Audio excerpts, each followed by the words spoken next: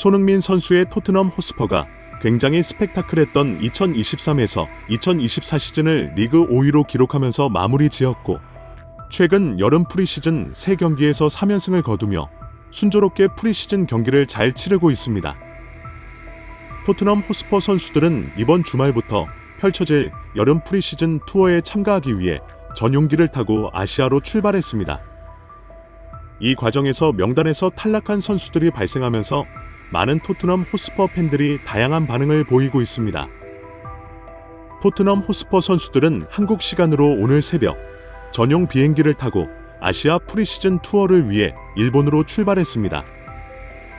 토트넘 호스퍼 구단에서는 많은 선수가 토트넘의 전용 비행기에 탑승하는 장면을 업로드하며 선수들의 모습을 공개했는데요.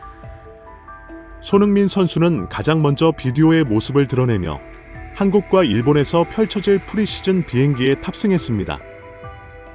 그는 제임스 매디슨, 벤 데이비스 등 절친들과 셀카를 업로드하기도 했습니다. 토트넘 호스퍼는 지난주 캠브리지 유나이티드와의 비공식 경기를 시작으로 이번 여름 프리시즌 경기를 시작했는데, 캠브리지 유나이티드와의 경기에서는 7대2로 대승을 거두었고, 이어진 스코틀랜드 하츠와의 경기에서는 5대1 대승을 거두었습니다. 가장 최근에 있었던 퀸즈파크 레인저스와의 경기에서도 2대0으로 승리하면서 프리시즌 3연승으로 기분 좋게 아시아 프리시즌에 나서게 되었습니다. 토트넘 호스퍼는 이번 아시아 프리시즌을 통해 리그의 빗셀 고베, K리그 올스타 팀, 그리고 바이에른 뮌헨을 상대하기 때문에 이미 펼쳐진 3번의 경기보다는 더 높은 수준의 경기를 통해 선수들의 경기 감각을 끌어올릴 수 있는 중요한 의미를 가질 것으로 보입니다. 토트넘 호스퍼 공식 홈페이지에서는 이번 여름 프리시즌 투어에 참여할 선수들을 발표했으며, 그 과정에서 탈락자들이 발생했다는 소식도 전해졌습니다. 일본과 한국을 순회하는 프리시즌 투어의 여행 스쿼드가 확정되었습니다. 우리는 영국 시간으로 토요일 오전 11시에는 도쿄에서 J리그 챔피언 비셀 고베와 경기를 치르고, 영국 시간으로 8월 3일 토요일 낮 12시에는 서울에서 FC 바이에른 뮌헨과 경기를 치릅니다. 모든 경기는 스포츠 플레이에서 생중계됩니다. 이번 여행에 참여할 선수들은 다음과 같습니다. 조지, 브랜던 오스틴, 루카스 베리, 이브 비수마, 벤 데이비스, RP 디바인, 제이미 도널리, 나두 드라고신, 아시 그레이, 루카 건터, 타이리 솔 브레넌 존슨, 크로스키, 윌 랭크쇼, 제임스 매디슨, 마키 부어, 애슐리 필립스, 페드로 포로, 히샬리송, 에메르송 로얄, 파페 마타르 사르, 데인 스칼렛, 올리버 스킵, 마노르 솔로몬, 손흥민, 제드 스펜스, 데스티니 우도기, 리모 피카리오, 알레오 벨리즈, 티모 베르너, RP 화이트먼, 프레이저 포스터. 골키퍼들은 골문을 지킬 예정이며 구단은 잉글랜드에 남습니다.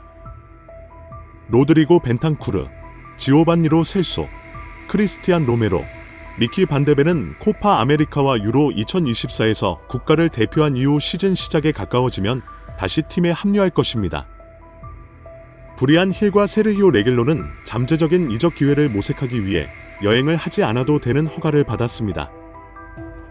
토트넘 호스퍼 구단은 이번 여름 프리시즌 투어를 출발하면서 한국과 일본 투어에 합류할 선수 명단을 확정했으며, 유로 2024와 코파 아메리카에 참여한 선수들을 제외한 총 31명의 선수가 프리시즌에 참여하게 되었다는 소식도 전해졌습니다.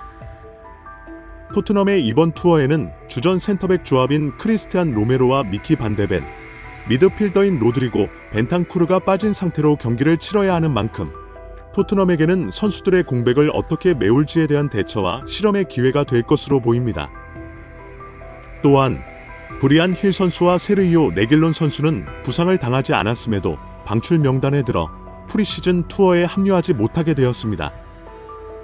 이 두 선수에게는 굴욕적인 결정이 내려졌다고 할 수 있겠지만, 브리안 힐과 세르히오 레길론 두 선수 모두 많은 기회를 잡지 못했기 때문에 방출 수순은 당연한 일일 수도 있습니다. 또한 마르셀로의 이적이 확정된 피에르 에밀 호이비에르그 역시 팀을 떠나게 됩니다. 많은 팬들은 이번 명단 발표에 대해 다양한 반응을 보이고 있습니다. 아디오스 브리안 힐, 세르히오 레길론, 미키 반데벤을 데려가야지. 그는 네덜란드 대표팀에서 거의 뛰지 않았어. 페르 에밀 호이비에르그는 계약의 마지막 해에 있으며 이적을 해야 한다. 에메르송 로얄도 매우 제한적인 선수이며 이적을 해야 한다. 아스널이었거나 리버풀이었다면 저들 같은 선수들은 진작에 몇 년 전에 팔았을 것이다. 그러나 그들은 여기에 있다. 제드 스펜스가 스쿼드에 있어서 기쁘고 그가 1군 팀에 다시 합류하길 바란다. 모두의 안전한 비행이 되길. 수비가 매우 부족하다.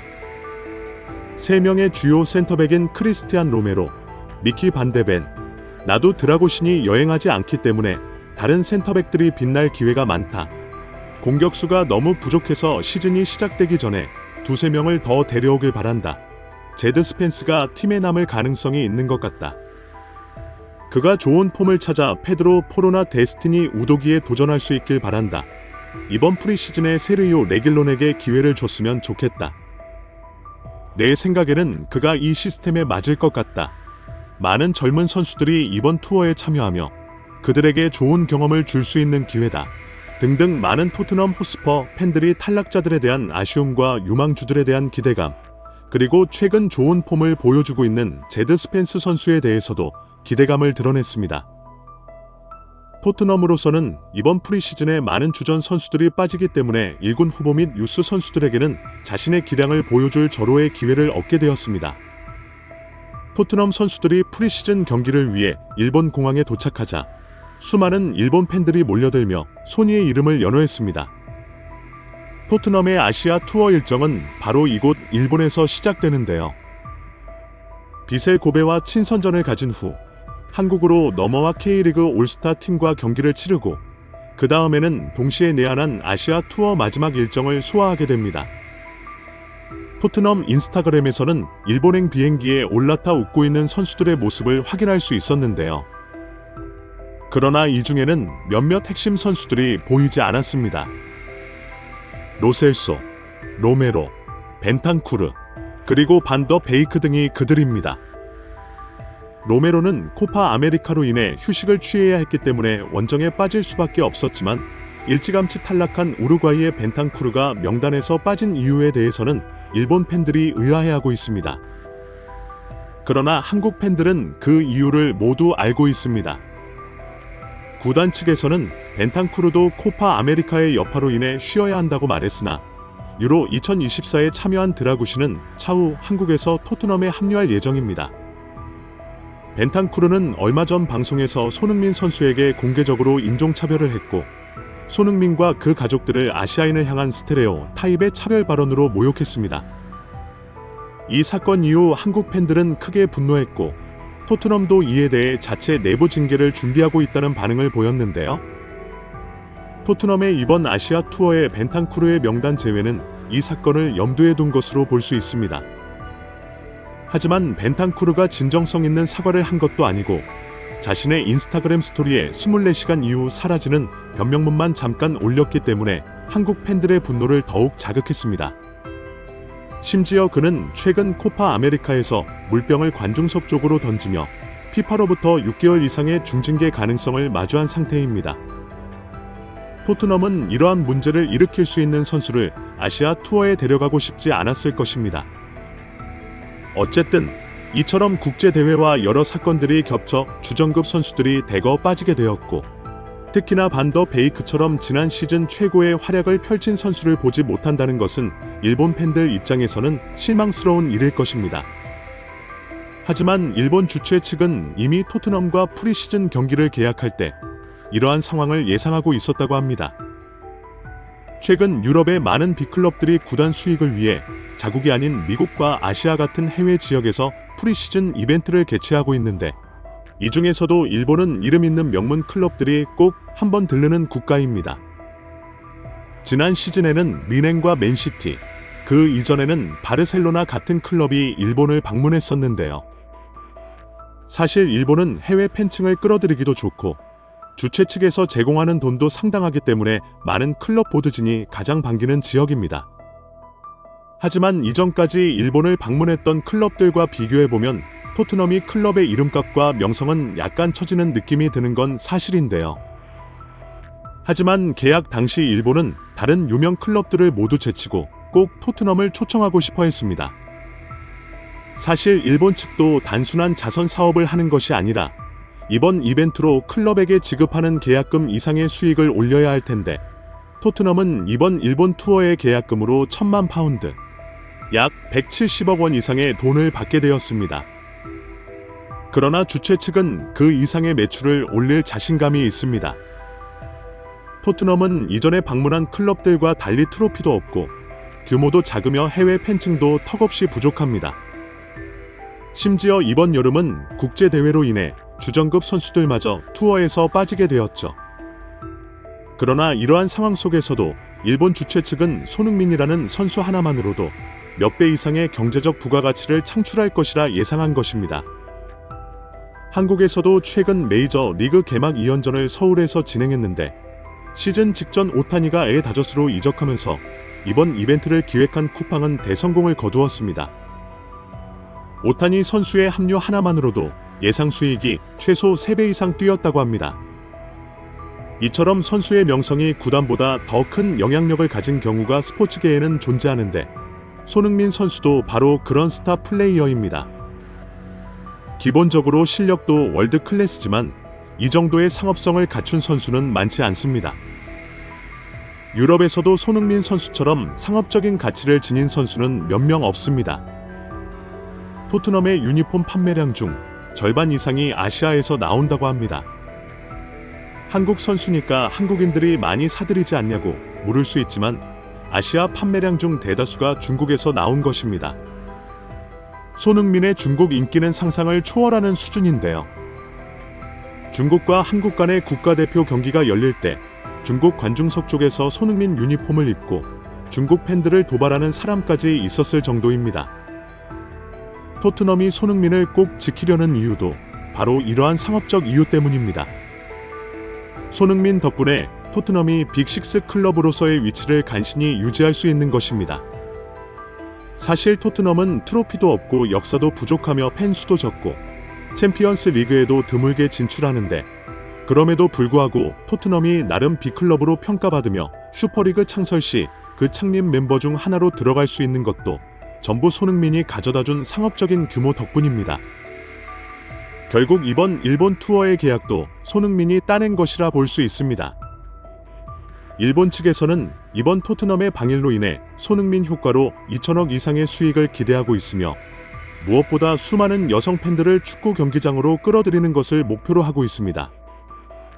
최근 유럽에서는 여성 축구 리그가 날이 갈수록 그 규모가 커져가고 있으며 아시아 쪽에서도 점차 여성 리그가 설립되고 발전하고 있습니다. 이는 단지 성평등이나 정치적 올바름 같은 목적이 아니라 여성 축구가 꽤나 상업적인 가치를 지니고 있기 때문입니다. 최근 유럽에서 열린 여성 축구 맨체스터 더비는 관중 수만 6만 명에 달했다고 합니다. 이 정도의 관중 동원력을 보여주는 대회는 무조건 돈이 될 수밖에 없습니다. 그렇기에 최근 일본에서도 여성 축구 팬들을 끌어모으기 위해 안간힘을 쓰고 있는데요. 그런 점에서 보았을 때 손흥민은 그 어떤 선수보다도 많은 여성 축구 팬을 보유한 인물입니다. 지난 월드컵 예선 당시 태국을 방문했을 때 손흥민을 보기 위해 찾아온 태국 여성 팬의 비율이 거의 45%에 달했다고 합니다. 이는 남자 국가대표팀 경기에서는 난생 처음 보는 숫자였다고 전해지는데요. 또한 우리나라도 야구, 축구, 농구 등 모든 스포츠에서 남성 팬이 강세를 보이지만 유독 국가대표팀 경기만큼은 여성 팬의 관중 참여 비율이 높다고 알려져 있습니다. 결국 손흥민이라는 존재가 여성 팬들을 경기장으로 끌어들이고 있다고 할 수 있습니다. 일본 주최 측은 손흥민 효과로 인해 상업적 이익과 동시에 여성 관중의 참여를 노리고 있는 것입니다. 심지어 토트넘에는 여성들에게 인기가 있을 만한 미남 축구 선수들도 많습니다. 최근 영입된 스웨덴 국적의 루카스 베리바 역시 기본적으로 재능을 가진 유망주의자, 그의 얼굴만 보고 팬을 자처하는 사람들이 생길 정도입니다. 결국 일본이 2천억 가까운 돈을 들여 토트넘을 초청한 데에는 다 이유가 있던 것이죠. 일본 축구계는 알게 모르게 손흥민을 상당히 질투해 왔었습니다. 그도 그럴 것이 아시아에서 가장 뛰어난 축구 선수를 배출하기 위해 엄청난 돈을 투자했고 유럽 스페인 축구의 시스템을 본받아 외국 코치들과 행정가들을 데려와 점유율 축구를 이식하려 했기 때문입니다. 무엇보다 그들은 스타 플레이어 만들기에 혈안이 되어 있었습니다. 현재 레알 소시에다드에서 뛰며 리버풀과 연결되고 있는 쿠보 타케우사는 유치원생 시절부터 전 국민이 그의 일거수일투족을 관찰했을 만큼 국가적인 지원을 받으며 성장한 유망주였습니다.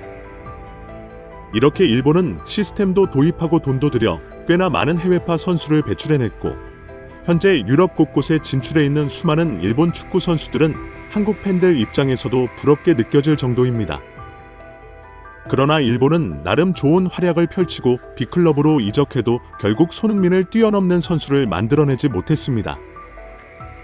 미토마 카오루와 카가와 신지 또한 한때 일본 언론에서 박지성과 손흥민의 대항마로 내세웠지만 그들의 반짝 활약은 일시적인 현상에 그쳤고 전성기를 길게 유지하지 못했습니다.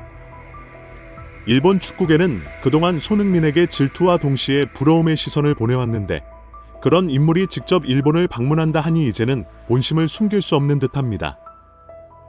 토트넘 선수들이 일본에 도착하기도 전부터 선수들을 태우기 위한 버스를 따라다니고 선수단이 탄 비행기의 이동 경로를 추적하기까지 했습니다.